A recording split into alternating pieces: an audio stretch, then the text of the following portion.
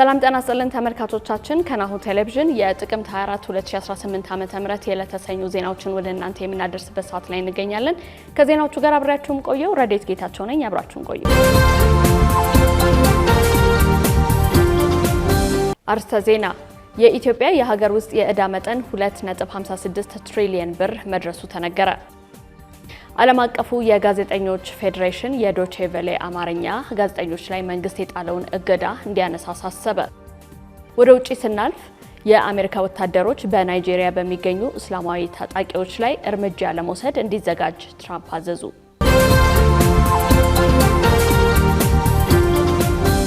ወደ ቀዳሚ ዜናችን እንለፍ። የኢትዮጵያ የሀገር ውስጥ የዕዳ መጠን 2.56 ትሪሊየን ብር መድረሱ ተነገረ። የኢትዮጵያ አጠቃላይ የሀገር ውስጥ ዕዳ መጠን በመስከረም 2025 መጨረሻ ላይ 2.56 ትሪሊየን ብር መድረሱ ተገልጿል። መንግስት የግምጃ ቤት ሰነዶች ገበያን ተጠቅሞ ገንዘብ ማሰባሰብ ቢችልም ባለሀብቶች ግን ለአጭር ጊዜ በሚከፍሉ ዋስትናዎች ላይ ብቻ ፍላጎታቸውን ማሳየት ለጭማሪው እንደ መንስኤነት ተገልጿል። የገንዘብ ሚኒስቴር እንዳስታወቀው በአውሮፓውያኑ እስከ መስከረም 2025 ላይ ብቻ መንግስት በሁለት ጨረታዎች 53.35 ቢሊዮን ብር መሰብሰብ ችሏል። ሆኖም የአንድ ዓመት 364 ቀናት ሰነዶች ግን ፍላጎት ያላገኙና የተገደቡ ሆነው ቀርተዋል። ይህ ከፍተኛ ጭማሪ በወደፊት የዋጋ ግሽበትና በማክሮ ኢኮኖሚ አለመረጋጋት ምክንያት ባለሀብቶች ረጅም ጊዜ ዕዳን በመፍራት ጥንቃቄያቸውን ማሳየታቸውን ያረጋግጣል ሲሉ ተንታኞች ይገልጻሉ። ከአጠቃላይ የሀገር ውስጥ ዕዳ ክምችት ውስጥ ትልቁን ድርሻ የያዙት ተቋማት የኢትዮጵያ ንግድ ባንክ 43 በመቶ፣ የኢትዮጵያ ብሔራዊ ባንክ 26.3 በመቶ እና የጡረታ ፈንድ 19.3 በመቶ መሆናቸው ተገልጿል። የገንዘብ ሚኒስቴር በቀጣዩ ሩብ ዓመት 243.5 ቢሊዮን ብር ግምጃ ቤት ሰነድ ለማውጣት እቅድ ማውጣቱ ተገልጿል። ዓለም አቀፉ የጋዜጠኞች ፌዴሬሽን በዶቼ ቬለ አማርኛ ጋዜጠኞች ላይ መንግስት የጣለውን እገዳ እንዲያነሳ አሳሰበ። ዓለም አቀፉ የጋዜጠኞች ፌዴሬሽን የኢትዮጵያ መገናኛ ብዙሃን ባለስልጣን በዶቼ ቬለ 9 ዘጋቢዎች ላይ የጣለውን ጊዜያዊ እገዳ በአስቸኳይ እንዲያነሳ ባሳለፍነው ሳምንት መገባደጃ ጥቅምት 21 ቀን 2018 ዓ.ም ባወጣው መግለጫ ጠይቋል። የዓለም አቀፍ የጋዜጠኞች ፌዴሬሽን ባለስልጣኑ የዶቼ ቬለ አማርኛ 9 ጋዜጠኞች በጊዜያዊነት ማገዱን በጽኑ ያወገዘ ሲሆን ውሳኔውንም በአስቸኳይ እንዲቀለብስ ጥሪ አቅርቧል። ፌዴሬሽኑ ውሳኔው ጣቢያውን ዝም ለማሰኘትና በአማራ ክልል ስለሚካሄደው ግጭት ኢትዮጵያውያን ገለልተኛ መረጃ እንዳያገኙ ለመገደብ ያለመ ነው በማለትም ተችቷል። ዶቼ ቬለ ባለስልጣኑ የእገዳውን ምክንያት በዝርዝር ማስረጃ እንዲያስደግፍና ጊዜያዊ እገዳ እንዲያነሳ ከቀናት በፊት መጠየቁ ይታወሳል። የዓለም አቀፍ የጋዜጠኞች ፌዴሬሽን ዋና ጸሐፊ አንቶኒዮ ቤላንገር የዶቼ ቬለ ጋዜጠኞች በባለስልጣኑ መታገር ኢትዮጵያውያንን በአማራ ክልል ስላለው ግጭት እውነተኛ ዘገባ እንዳያገኙ ለማድረግ ሆን ተብሎ የተፈጸመ የማስፈራራት ድርጊት ነው ብለዋል። የዓለም አቀፍ የጋዜጠኞች ፌዴሬሽን የኢትዮጵያ ባለስልጣናት የታገዱትን የዶቼ ቬለ ጋዜጠኞች ያለምንም ቅድመ ሁኔታ በአስቸኳይ ወደ ስራቸው እንዲመለሱና በጋዜጠኞች ላይ የሚፈጸመውን ሁሉንም አይነት ጭቆና እንዲያቆሙ እንዲሁም ስራቸውን ያለ ፍርሃትና ጣልቃ ገብነት እንዲያከናውኑ ማረጋገጥ እንዳለባቸው አሳስበዋል። ዶቼ ቬለ አማርኛ በቅርቡ በይፋዊ የፌስቡክ ገጹ ላይ ባወጣው መግለጫ ከተለያዩ የኢትዮጵያ አካባቢዎች ለዶቼ ቬለ የሚታገዙ ጋዜጠኞች ዘገባ እንዳይሰሩ ለጊዜው መታገዳቸውን አስታውቆ ነበር። ሚዲያው ከ1980ዎቹ ጀምሮ ኢትዮጵያ ውስጥ በሚገኙ ዘጋቢዎች አማካኝነት የኢትዮጵያን ፖለቲካዊ፣ ምጣኔ ሀብታዊና ማህበራዊ ጉዳዮችን እንዲሁም የአፍሪካ ህብረትን ጨምሮ ኢትዮጵያ ውስጥ የሚንቀሳቀሱ አካባቢያዊ አህጉራዊና ዓለም አቀፍ ድርጅቶች ተቋማትና ማህበራትን እንቅስቃሴና ክንዋኔዎችን ሲዘግብ ቆይቷል። ትብብር ለኢትዮጵያ አንድነት በኢትዮጵያ ውስጥ የሚፈጸሙት ጥቃቶች እንዲመረመሩ ለዓለም አቀፉ ማህበረሰብ ጥሪ አቀረበ። በ5 ፓርቲዎች የተመሰረተው ትብብር ለኢትዮጵያ አንድነት የተሰኘው ቅንጅት ይህንን ያለው በአርሲ የተፈጸመውን ግድያ ተከትሎ ባወጣው መግለጫ ነው። መኢአድ፣ ኢሃፓና እናት ፓርቲን ጨምሮ 5 የፖለቲካ ድርጅቶች የመሰረቱት ትብብር ለኢትዮጵያ አንድነት የተሰኘው ቅንጅት በኢትዮጵያ የሚፈጸሙትን ማንነትና ሃይማኖት ተኮር ጥቃቶች መንግስታዊ መዋቅርን የተከተሉ ስርዓታዊና ተጨማሪ እጅ ያለበት ስለመሆኑ ምርመራ እንዲደረግ ለዓለም አቀፉ ማህበረሰብ ጥሪ አቅርቧል። ቅንጅቱ ጠያቂም ተጠያቂም ባለመኖሩ መግደል ቀላል ሆኗል በሚል ያወጣው መግለጫ እንዲህ አይነቱን ግዙፍ ኢሰባዊ ድርጊት በጽኑ ያወግዛል። እልቂት የየቀን ገጠመኙ ለሆነው የአካባቢው ማህበረሰብን ብርታትና መጽናናትን ተመኝቷል። የቅንጅቱ ፓርቲዎች አካባቢው የእልቂት ምድር መሆኑን በመግለጽ በተደጋጋሚ ማሳሰቢያ ብንሰጥም ከመካድና ከመፈረጅ የዘለለ መልስ አልተገኘም ሲል ወቅሷል። ቅንጅቱ በዚሁ መግለጫ ከዓለም አቀፉ ማህበረሰብ ባሻገርም ለአርሲ ዞን ነዋሪዎች፣ ሃይማኖት አባቶች፣ ለሚዲያ ኃላፊዎች፣ በመንግስት መዋቅር ውስጥ ለሚገኙ ባለስልጣናትም ጥሪ አስተላልፏል። በቅርቡ በኦሮሚያ ክልል ምስራቅ አርሲ ዞን በሚገኙ ወረዳዎች ማንነታቸው ባልታወቁ ታጣቂዎች በንጹሃን ላይ የተፈጸሙ ግድያዎችን ያወገዘው ጥምረቱ የሃይማኖት አባቶች የጅምላ ግድያዎች እንዲቆሙ በመንግስትና ዓለም አቀፉ ማህበረሰብ ላይ ጫና እንዲፈጥሩ ጠይቋል። ጥምረቱ ጥቃቶች እንዲፈጸሙ በመንግስት መዋቅር ውስጥ ሆነው ይሰራሉ ላላቸው ባለስልጣናት፣ ጥቃቶችን በቸልተኝነት ያልፋሉ ላላቸው የጸጥታ አካላት እንዲሁም ጥቃቶችን አይዘግቡም ላላቸው የመንግስት መገናኛ ብዙሃን ኃላፊዎችና ሰራተኞች ወደፊት ከተጠያቂነት አታመልጡም የሚል መልእክት በዚሁ መግለጫው ላይ አስተላልፈዋል።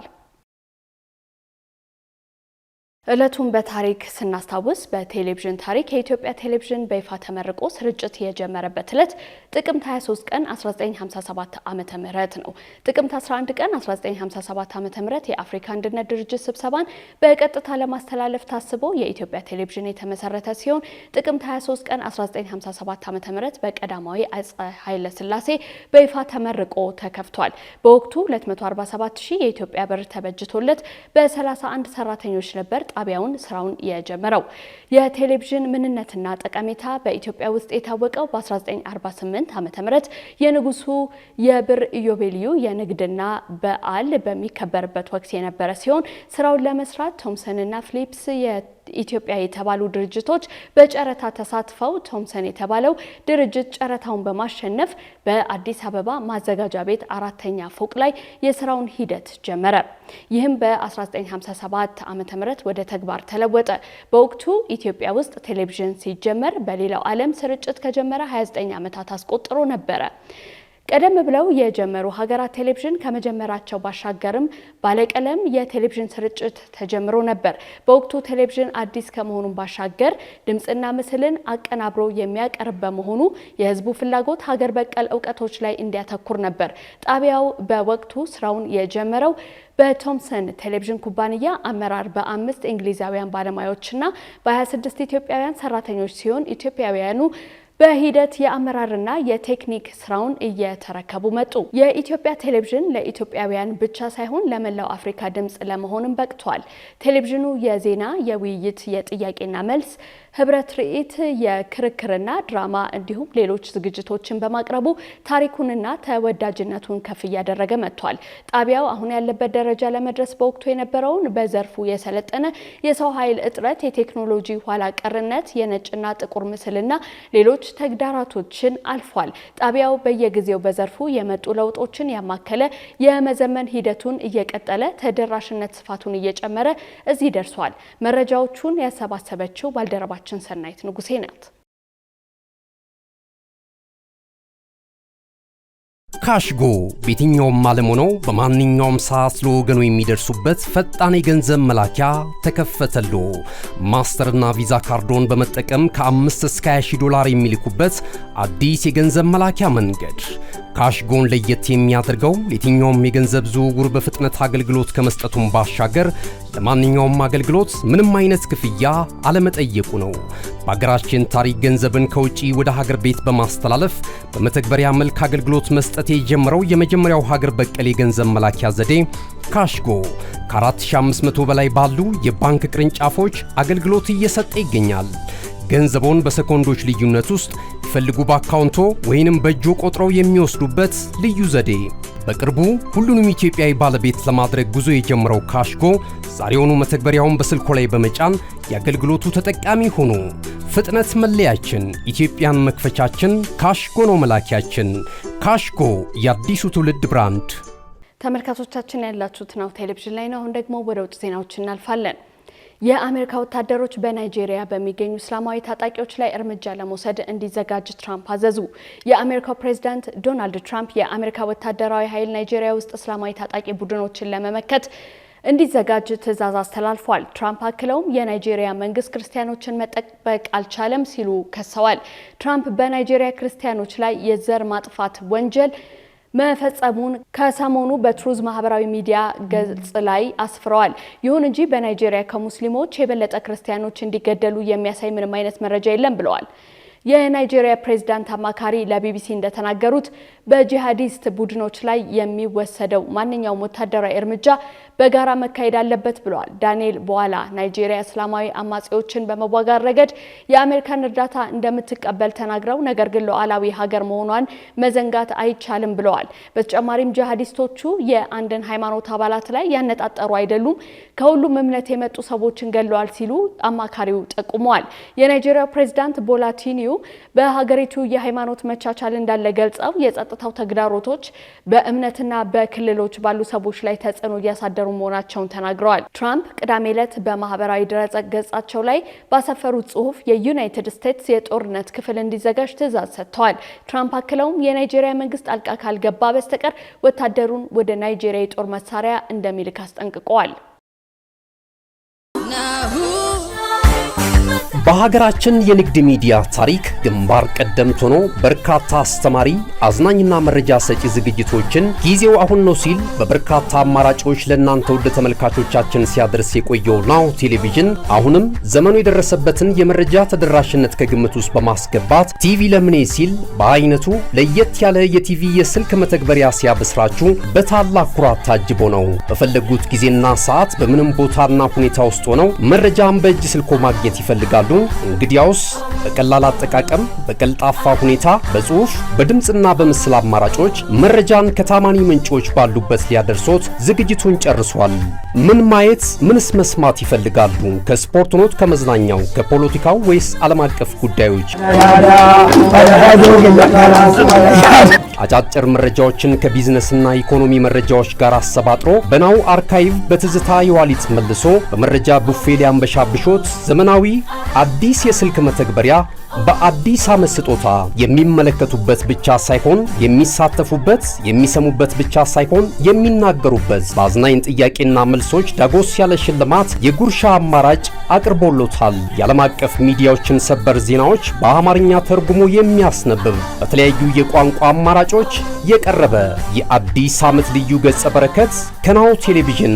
እንደ ጋዜጣ እንነበባለን፣ እንደ ራዲዮ እንደመጣለን፣ እንደ ቴሌቪዥን በስልክ እንታያለን። አዲስ አማራጭ በአዲስ ዘመን ናሁ ቴሌቪዥን። መረጃን ከምንጩ በቀላል አማራጭ በቀጥታ ስርጭት ወደ እናንተ የምናደርስበት ጊዜው አሁን ነው። ናሁ ቴሌቪዥን። መልካም አዲስ ዓመት።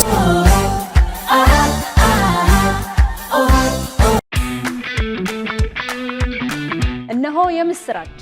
የ10 አየር መንገድ የበረራ ትኬት ለውድ ደንበኞቹ በተቀላጠፈና አስተማማኝ በሆነ መንገድ እያቀረበ ያለው። በዚህም በደንበኞቹ የተመሰገነው ጉዞጎ አሁን ደግሞ ተደራሽነቱን በማስፋት ተጨማሪ ባንኮችን በማካተት ለውድ ደንበኞቹ የበለጠ አስተማማኝ ለመሆን ችሏል።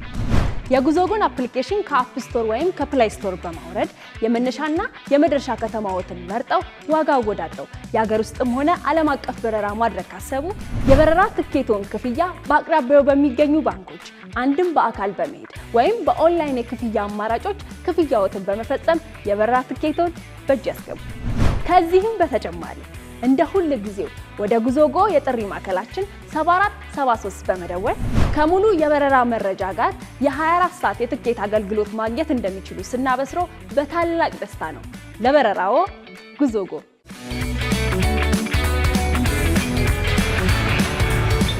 ተመልካቾቻችን ዜናዎቻችን እነዚህን ይመስሉ ነበር። ከዜናዎቹ ጋር አብሬያችሁ የቆየሁት ረዴት ጌታቸው ነኝ። ጤና ይስጥልኝ።